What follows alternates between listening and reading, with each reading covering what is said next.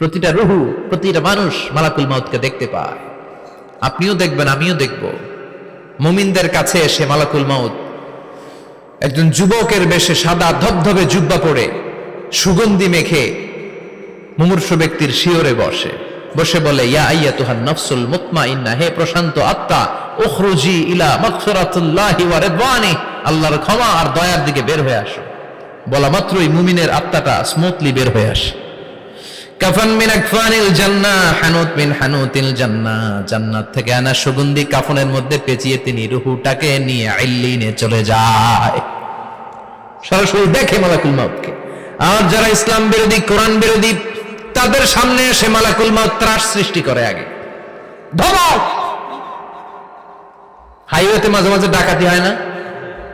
বাসগুলোর মধ্যে যখন ডাকাতি হয়, বাসে থাকে 50 জন, ডাকাত ঢুকে 5 জন। এই 5 জনের ভয়ে সবগুলো পেশাব করে দেয়, কারণ ত্রাস সৃষ্টি করে। এসেই চাইনিজ কুড়াল দিয়ে আগে কুবায় দেয় 4-5 জনের। রক্ত দেখে কি দেওয়ার সব আগে রেডি করে রাখে। মালাকুল মাউত এসে কাফের, নাস্তিক, মুশরিকদের সামনে সেরকম একটা ত্রাস সৃষ্টি করে। ভয়ে লোকটা কাঁপতে থাকে। ওর কাছে ভদ্র ভাষায় কথা বলে না, সুন্দর জামা পরে আসে না, কালো কুচকুচে চেহারা, ভয়ঙ্কর একটা রূপ নিয়ে, আকৃতি নিয়ে ইসলাম বিরোধীদের মাথার সামনে আসে। দুর্গন্ধযুক্ত চেহারার দেহ নিয়ে ধমক দিয়ে বলে, ও পাপাত্তা, ইয়া আইয়াতুহান নাফসুল খাবিসা উখরুজি ইলা গাদাবিল্লাহ, হে পাপাত্তা, আল্লাহর রাগ, ক্রোধ আর গজবের দিকে বের হয়ে আয়। মুমিনের আত্মা বলার সাথে সাথে যেমনি মুমিনের দেহ থেকে বের হয়ে জান্নাতি কাফনের ভেতরে ঢুকে, কাফেরদের আত্মাও কি এরকম তাড়াতাড়ি বেরোতে চায় নাকি? কাফেরদের আত্মা বেরোতে চায় না। ডানে দৌড়, বায়ে দৌড়, সামনে দৌড়, পেছনে দৌড়, আহা, দৌড়াদৌড়ি করে। মালাকুল মাউত এটাকে টেনে হিচড়ে, একটা জীবিত ছাগলকে জবাই না করে তার চামড়া উল্টার দিকে টেনে হিচড়ে বের করলে ছাগলটা যত কষ্ট পায়, এর চেয়ে কমসে কম 70 গুণ বেশি কষ্ট দিয়ে কাফের, মুশরিক আর গাদ্দারদের রূহ কবজ করা হয়। আল্লাহ, এই পরিস্থিতি থেকে তুমি আমাদের বাঁচাও। মুমিনদের রূহ যেমনি কবজ হয়, ওইভাবে রূহ কবজের ব্যবস্থা করে দিও। ঈমানের মৃত্যু নসিব করে দিও, শাহিদি মৃত্যু নসিব করে দিও। আমাকে শহীদ করে সেই মিছিলে শামিল করে নিও, যে মিছিলের নেতা মীর হামজা, খোবায়েবে খাব্বাব, আল্লাহর কাছে ছিল অতি প্রিয়, শামিল করে নিও। আমাকে শহীদ করে সেই মিছিলে শামিল করে নিও। পড়েন আমিন। আর জোরে পড়েন আমিন।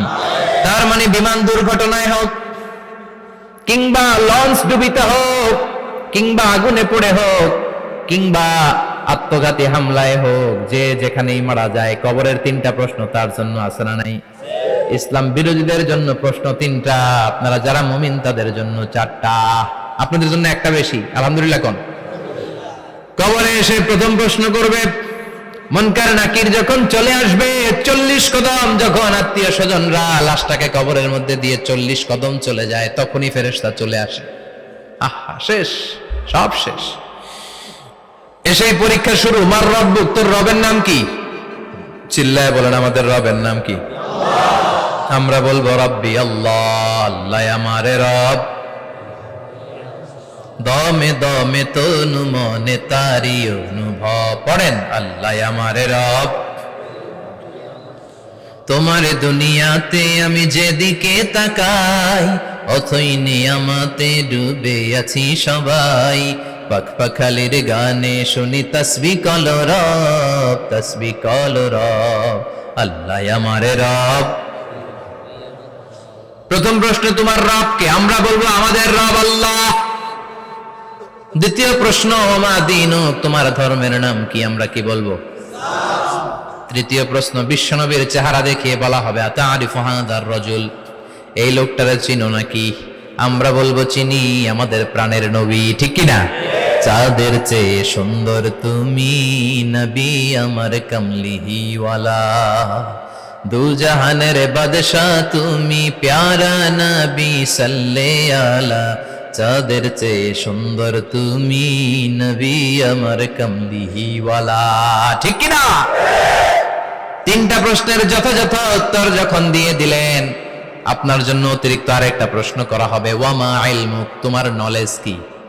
তিনটা প্রশ্নের উত্তর যে তুমি করতে পারলা, কিভাবে পারলা, কেমনে জানলা? নকল করে বলছো নাকি জেনে বুঝে আসছো? নকল হয় না? এখন তো পরীক্ষা চলতেছে বোধহয়। কি পরীক্ষা? এসএসসি পরীক্ষা। নকল হয়? কৃষ্ণপুরে নকল নাই না? এখন মনে হয় এগুলো একটু কমছে। একটা সময় ছিল অনেক নকল হইতো।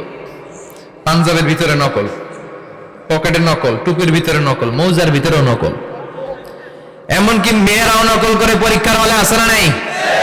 স্কেলের মধ্যে লিখে নিয়ে যায়, হাতের মধ্যে লিখে নিয়ে যায়, ওড়নায় লিখে নিয়ে যায়, কাপড়ে লিখে নিয়ে যায়, আসে না নাই? ফেরেশতারা বলবে নকল করছো নাকি? কেমনে জানলা? তিনটা প্রশ্নের উত্তর তুমি কেমনে বললা?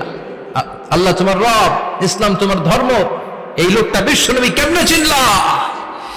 আপনাকে তখন বলতে হবে আমি কোরআন থেকে শিখেছি, আমি হাদিস থেকে শিখেছি, আমি ইসলাম জেনে বুঝে মেনেছি, আমি আন্দাজে কোথাও ঘুরি নাই। চিল্লায় এখন ঠিক কিনা? আপনাকে বলতে হবে। এজন্য শিখতে হবে, প্রতিনিয়ত ইসলাম সম্পর্কে জানতে হবে, আখের গোছাতে হবে, জীবনটাকে আলোকিত করতে হবে। চিল্লায় বলেন ঠিক কিনা? চারটা প্রশ্নই যখন হয়ে গেল, ফেরেশতারা বলবে আহলান ওয়া সাহলান ওয়া মারহাবান বিক, খোশামদেদ, কংগ্রাচুলেশন, খোশামদেদ, কংগ্রাচুলেশন। সব প্রশ্নের উত্তর তুমি পেরেছো। ফায়ুফসাহু লাহু কবরুহু ৭০ যিরান, আপনার কবরটারে ৭০ হাত লম্বা করে দেয়া হবে। ওয়া ইফতাহু লাহু বাবুন ইলাল জান্নাহ, আপনার কবর থেকে জান্নাতের দিকে দরজা খুলে দেয়া হবে। ওয়া ইউলবাসু মিন লিবাসি আহলিল জান্নাহ, জান্নাতের দুইটা রেশমি কাপড়ের পোশাক এনে আপনারে পরিয়ে দেয়া হবে। আর বলা হবে নাম কানাও মিলা আরুস, ঘুমাও, sleep, you should get some sleep now, তোমাকে লম্বা সময় পাড়ে দিতে হবে, ঘুমাও। কানাও মিলা আরুস, যেমনি বর বাসর রাতে আরামসে ঘুম দেয়, বাসর রাতে যেমনি বর কনেকে নিয়ে মধুর ঘুম দেয়, তুমিও ঘুমাও, কেউ তোমার ঘুম ভাঙবে না। মালাক ইসরাফিলের, কিয়ামতের জন্য ইসরাফিলের সিংহায় যে ফুৎকার আছে, ওই ফুৎকার ছাড়া কোনো কিছুই তোমার ঘুম ভাঙাতে পারবে না। আলহামদুলিল্লাহ পড়েন। আল্লাহ আমরাও যেন চারটা প্রশ্নের উত্তর দিয়ে লম্বা একটা ঘুম দিতে পারি, পড়ে না আমিন। ওয়াম্মাল কাফির ওয়া আহলুশ শিমাল, আর ইসলাম বিরোধী যারা, তাদের সামনে আসবে মালাকান আসওয়াদান আজরাকান, কৃষ্ণ বর্ণের দেহ, নীলাভ বর্ণের দুটো চোখ, গায়ের রং কালো, চোখের রং নীল। দেখতে কেমন লাগে? আলিফ লাইলার ভূতের মতো। কথা কন। গায়ের রং কালো, চোখের রং নীল। ফেরেশতা দুইটা আসবে, এসে ত্রাস সৃষ্টি করবে, এসে বলবে বল তোর রবের নাম কি? মার রব্বুক। ইসলাম বিরোধী মুশরিক, কাফের, নাস্তিক এরা বলবে আমি জানি না আমার রবকে, আমি জানি না, আমি তো আজীবন শুধু চেয়ার করেছি, মদ খেয়েছি, আমি ধর্ষণে সেঞ্চুরি করেছি দুনিয়ার বুকে, আমি টেন্ডারবাজি করেছি, চাঁদাবাজি করেছি, আমি মাস্তানি করেছি, আমার দাপটে এলাকার ইসলাম প্রিয়রা বাসায় ঘুমাতে পারে না। আমি ছিলাম টেন্ডারবাজ, আমি ছিলাম গডফাদার, সন্ত্রাসীদের লিডার, আমি ছিলাম ডন 1 2 3 সব, আমি ছিলাম ডনের ডন, আমি ছিলাম মাস্তান, রংবাজ। রব টব কি আমি তো জানি না। লাদ্রি লাদ্রি, আমার জিজ্ঞেস করো না। আবার প্রশ্ন করা হবে ওয়ামা দীনুক, তোর ধর্মের নাম কি? বলবে লা আদরি, আমার কোনো ধর্ম নাই, আমার কোনো ধর্ম নাই, আমি শুধু মৌজ মাস্তিতে ছিলাম, আমি আনন্দ ফুর্তি করেছি, ইসলাম নিয়ে আমার মাথা ব্যথা ছিল না, আজীবন ইসলামরে আমি বাস দিয়েছি। চিল্লায় বলেন ঠিক কিনা? ইসলাম বিরোধীদের সাথে ছিল আমার চলাফেরা, আমার সব সাঙ্গপাঙ্গ ছিল গুন্ডা বদমাশ, ইসলাম বিরোধী। রব কি, ইসলাম কি, এগুলো আমি জানি না। আমার এগুলো জিজ্ঞেস করো কেন? ধর্ম কি আমি জানি না, আমি কিচ্ছু মনে করতে পারছি না। 3 নাম্বার প্রশ্ন করা হবে আতারিফু হাযার রাজুল, দেখো তো এই লোকটারে চিনো কিনা? কয় না, চিনি না, তবে মনে হয় এই লোকটারে দুনিয়ার বুকে আমি গালি দিতাম, এই লোকটার বিরোধিতা করতাম, ব্লগের মধ্যে এই লোকটার ব্যাপারে কুৎসা রটনা করতাম, এই লোকটার কার্টুন বানিয়ে আমি হিংসা ছড়িয়ে দিতাম, এই লোকটার ব্যাপারে আমি এলাকার মধ্যে অপপ্রচার চালাতাম। ফেরেশতারা বলবে তাই, এই ছিল তোর ডিউটি, দাঁড়া এখনই আমাদের খেলা শুরু, এখনই শুরু। ফায়ুতরাকু বিমাতারিক মিন হাদিদ, লোহার একটা হাতুড়ি দিয়ে মাথা থেকে পা পর্যন্ত পিটানো হবে, পিটিয়ে ওর গোশতের হাড্ডিগুলোকে থেতলে ফেলা হবে। ওয়ায়ুকালু লিল আরদি ইলতাইমি, কবরের দুই পাশের মাটিরে বলা হবে এবার দুই দিক থেকে তোরা চাপ দে।